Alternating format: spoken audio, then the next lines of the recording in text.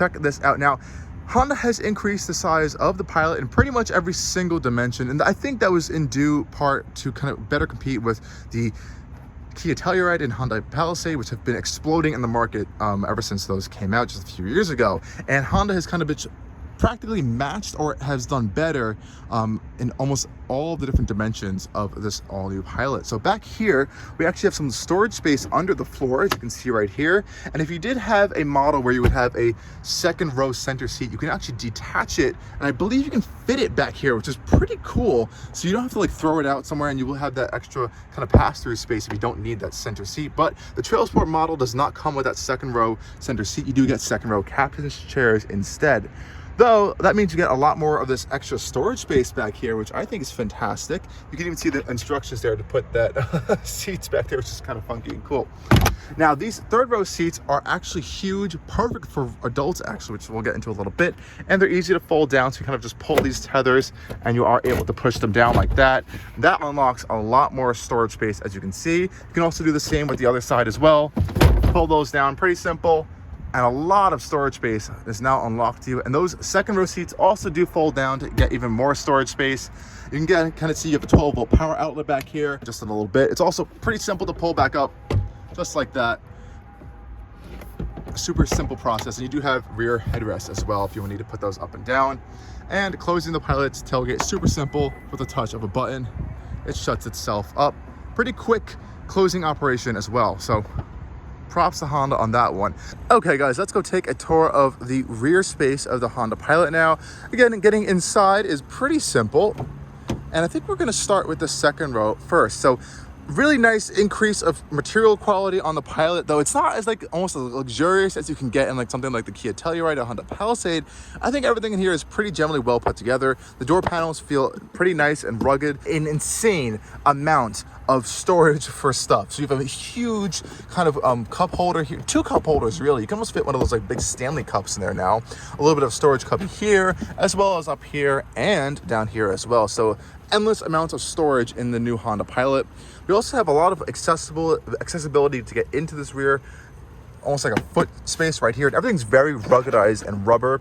I also really like these rubberized all-weather floor mats. Thankfully, Honda put those in here. Not a lot of off-road vehicle models or off-road trims I have actually seen recently include this, which is weird. So thankfully, Honda has included that. You can also see how flat this floor is. Very unusual for an SUV, but Honda has figured out a way to do it. So that really gives you a lot of space back here to maneuver around. And let's just shut this door up real quick.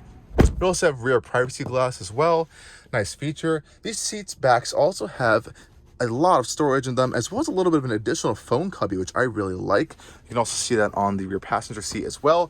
And there is an incredible amount of leg room in the second row. I can essentially stretch out behind my own driving position, which is fantastic. This feels really, really nice back here. And the seats themselves are super comfortable. They have these little armrests here, which also are wrapped in leather with this orange stitching on it, which are really fantastic. Very well designed seats. I actually really like that. They feel very premium actually. We also have 2 air vents back here with a little bit of climate controls, a household style outlet, and 2 USB-A ports. No USB-C back here, unfortunately, though.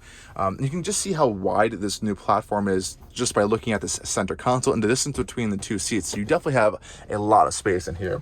And Honda has made sure that adults can actually fit back here. So if you really did need to put people back here, I can actually fit a little bit. And there's a button here to fold the seats down if you needed to, as well as to pull it back. And since it's on rails, you can kind of adjust it to different positions. And check out how much space I can have back here. I'm 6 feet tall, I have pretty long legs too. I'm like leaning back and stretching my legs out at the same time. That's impressive. It has a lot more rear leg room and just general space in the third row than the Kia Telluride as well, which is a nice plus. We also have our own USB port back here, 2 massive cup holders, and our own air vent right here, as well as a window so you don't feel claustrophobic. A little bit of some LED lighting back here as well. And the other side, passenger does get that as well, which is really nice of an option. This thing is super spacious, and what really makes this even better is the absolutely massive panoramic roof that Honda has fitted to this Pilot. It goes all the way back to the heads of the second row passengers. If you did want to fold this second row seat down to get to the third row, I believe you just press this button right here, Look how easy that is. It does all the work for you too. And you have a little bit of a step back here. There's no kind of handle, but I could probably just grab onto the seat and hop back in. So you can kind of see how easy that is as well. Good job, Honda. This has been one of the easiest processes to get into third row I've actually ever experienced in a new vehicle. Awesome. Now let's hop in and check the front seats. Again, really nice big door handles right there. And the same stuff going on the front door panels. And we also get those absolutely massive cup holders. This one does have memory seats, and we have a new style switchgear for Honda. Feels a little bit more premium than before, but you know, it feels rugged, which I like. Also love the big TrailSport badge on this really thick rubberized all-weather floor mat. Love these floor mats, super useful. And again, these seats up here, very comfortable and supportive. I like the TrailSport embroidery on the headrest over here with the contrast stitching. I wouldn't say they're the most bolstered seats, but they're very comfortable. I do like that. So you have this push button ignition right here that kind of glows red when you are on, and it just glows white when you put your foot on the brake. That's what it looks like when you start up your new Pilot. Now, so what are we getting on this interior? Like I said, it's all black. If you're going for the TrailSport model, you cannot get a different color. And I think that's okay. I would like to see a different color option, maybe like a gray or something, but I do like this orange contrast stitching. And you can just see the amount of storage that you have in this thing. There's storage up in the dash over here. You can see all the storage on the sides. You also can see the insanely massive center console. This thing is huge. It's absolutely massive. I feel like I'm in a pickup truck. You also have this little row for coins or something. And this center area also is massive. Two big cup holders right here. You also have this huge space, a rubberized mat for your wireless charger, phone with these little ridges so your phone doesn't kind of slide out of it. Another space for a phone, USB-C, USB-A, 12-volt power outlet. And surprisingly, the glove box isn't super big, actually, but I think that's okay because there is so much space in here. And just check out how much foot space the passenger has up front, too. Absolutely massive. And what are we dealing with here over with terms of technology? You know, this is definitely a more mainstream style vehicle, I would say, versus something like a Kia Telluride or even the Hyundai Palisade. Those are going to feel and can get a little more actually a lot more luxurious than this can. Even in this top spec Elite trim that you can get in the Pilot, you may even see the Telluride and the Palisade kind of blurring the lines between like a Honda and Acura, whereas this Honda Pilot will kind of always be a Honda in that sense, even if you go for that top spec Elite trim, which is above this. Nonetheless, though, you do have a pretty nice amount of features in here. I do like this shape of this steering wheel. It is a very thin rim. You do have some orange stitching on it. It is wrapped in leather. We have paddle shifters on here to control our 10-speed automatic gearbox. And I'm not the super biggest fan of the button layout on these steering wheels. You can definitely get used to them over time.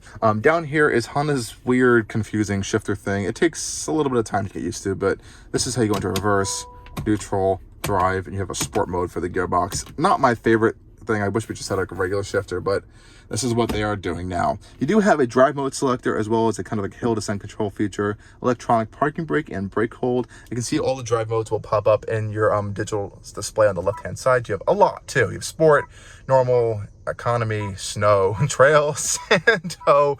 There's a lot of drive modes, and they do all kind of modify the all-wheel drive system and the powertrain just a little bit to kind of give you some better response in different situations. What I do think is an issue, though, is this screen. This is a tiny 9-inch display, and every single competitor, I believe, at this moment, has a much bigger display and a much more advanced technologies going on in here. This is a little bit older, and I feel like they're kind of protecting the MDX a little bit because that has a much larger display. So I hope this changes in like a facelift or an update soon, because this is a little depressing.